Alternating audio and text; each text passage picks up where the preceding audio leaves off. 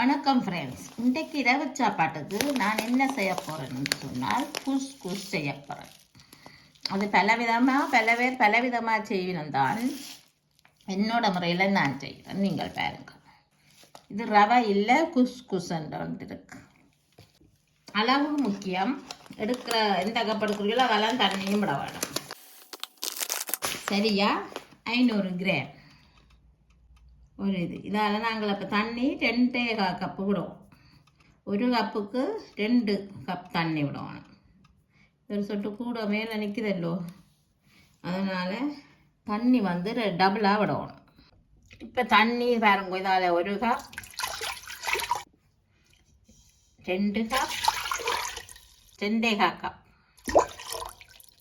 இப்போ கொதிக்க வேணும். இதுக்கு வந்து உப்பு போடாமல் சுப்பு கட்டி இருக்குல்ல, புய்யோன், அதுதான் போடுவோம். அப்போ தான் நல்ல டேஸ்ட் கொடுக்கும். அதுவும் போட்டுட்டு ஒரு மேசக்கரண்டி, அரை மேசக்கரண்டி, 1.5 மேசக்கரண்டி oil வேணும்.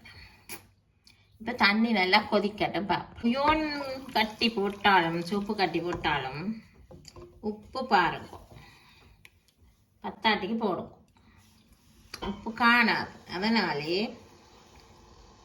நான் எனக்களவாக ஒரு அரைக்கரண்டி போடுவேன். கொஞ்சம் உப்பு கரிக்கிற மாதிரி நிற்கும், அப்போ அதுக்கு சரியாக.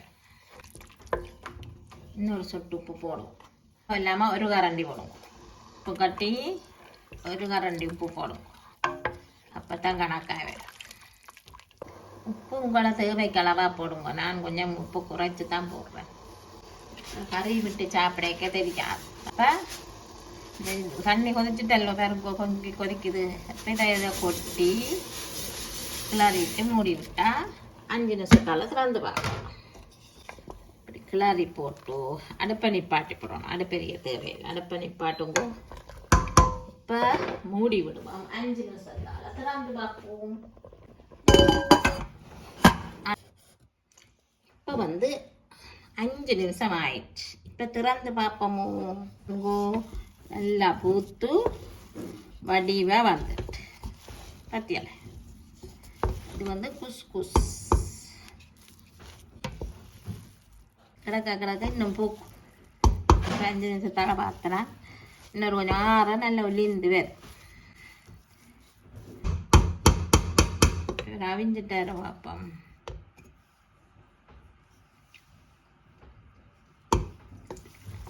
அவிஞ்சு உப்புக்கு இப்போ எல்லாம் கணக்கு. இப்போ வேறுங்கோ முட்டை வறுத்து வச்சுருக்கிறேன், கேரட் பொரித்து வச்சுருக்கு, கத்தரிக்காய் பொரித்து வச்சுருக்கு, உருளைக்கிழங்கு பொரித்து வச்சு.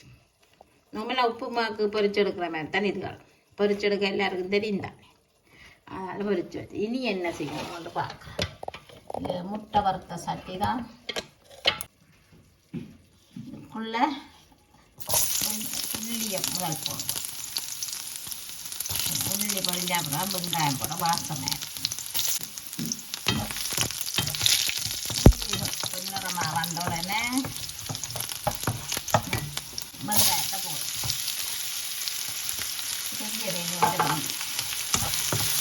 வெங்காயத்தை போட்டு வெங்காயம் நல்ல பொன்னரமாக இருக்கு.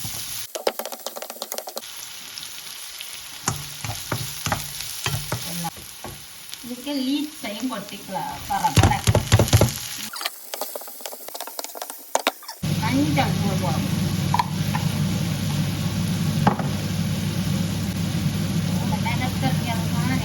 கொஞ்சம் பெருங்காயத்தோடு போடுவோம். மிளகு தூளும் போட விருப்ப மாட்டா மிளகு கொஞ்சம் வேறு அழகா வரைஞ்சி வெளியில மட்டு வீட்டு வரைஞ்சி.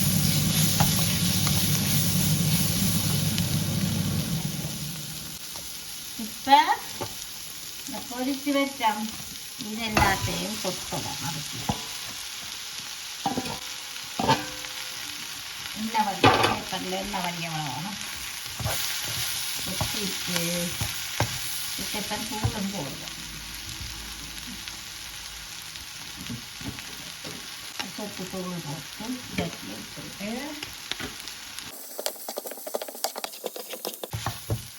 இதை பற்றி பிரட்டி போட்டு அடுப்புள்ள எங்கள் பிறகு கறியோடையோ இது தனியாகவே சாப்பிடலாம். என்ன கறியோ அதுக்கு அளவோட ஊற்றி சாப்பிட நல்லா.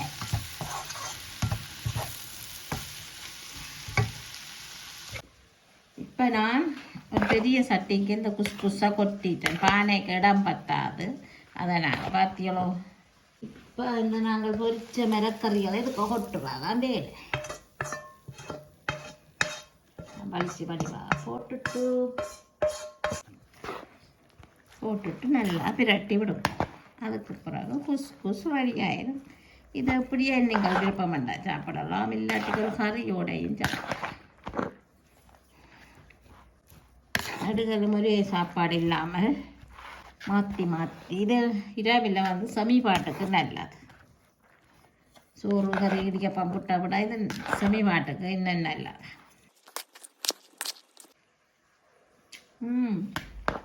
உப்பு எல்லாம் நல்ல கணக்கு, சூப்பராக இருக்கு. இதே போல் நீங்களும் செய்யுங்கோ. நன்றி, வணக்கம்.